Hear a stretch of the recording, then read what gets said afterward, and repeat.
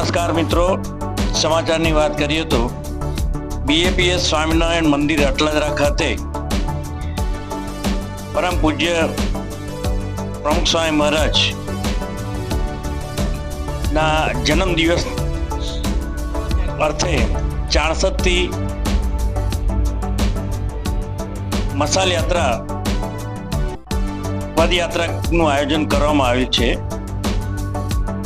આ વર્ષે પ્રગટ ગુરુ મહંત સ્વામી મહારાજના 92મા જન્મ જયંતિના ઉપક્રમે આજરોજ બીએપીએસ અટલાદરા મંદિરના દ્વારા 64 થી પ્રગટ ગુરુ મહંત સ્વામી મહારાજના જન્મ સ્થળ જબલપુરથી મસાલ પદયાત્રાનું આયોજન થયું છે।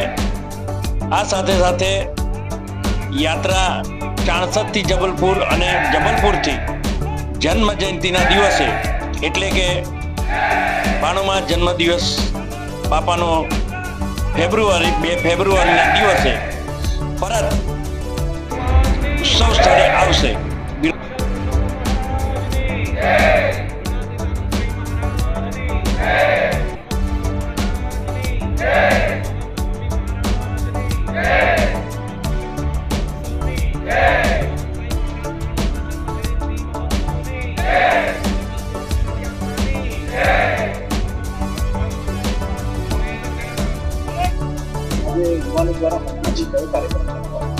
જય સ્વામિનારાયણ।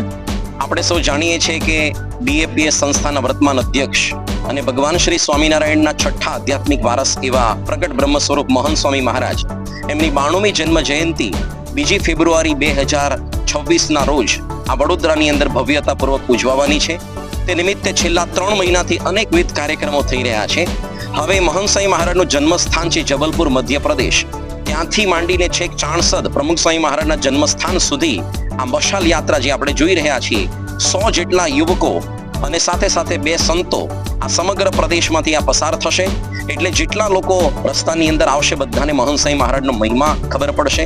મહંત સ્વામી મહારાજ પોતે શાંતિના જ્યોત સમાન હતા, તો ત્યાંથી આરંભીને પ્રમુખ સ્વામી મહારાજ શાંતિનું ધામ, જેમનું નામ જ હતું નાનપણમાં શાંતિલાલ, ત્યાં સુધી આ મશાલની જ્યોત આવશે।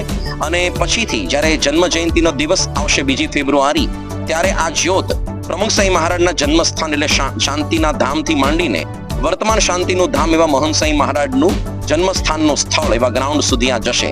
પ્રતિવર્ષ ચાણસદના જે યુવકો છે એ ચાણસદથી પ્રમુખ સ્વામી મહારાજની જ્યાં જન્મ જયંતિ થાય ત્યાં એ લોકો પહોંચતા હોય છે।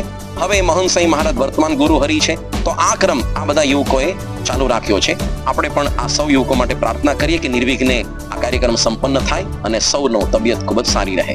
જય સ્વામિનારાયણ। સાધુ વિવેક નિષ્ઠદાસ।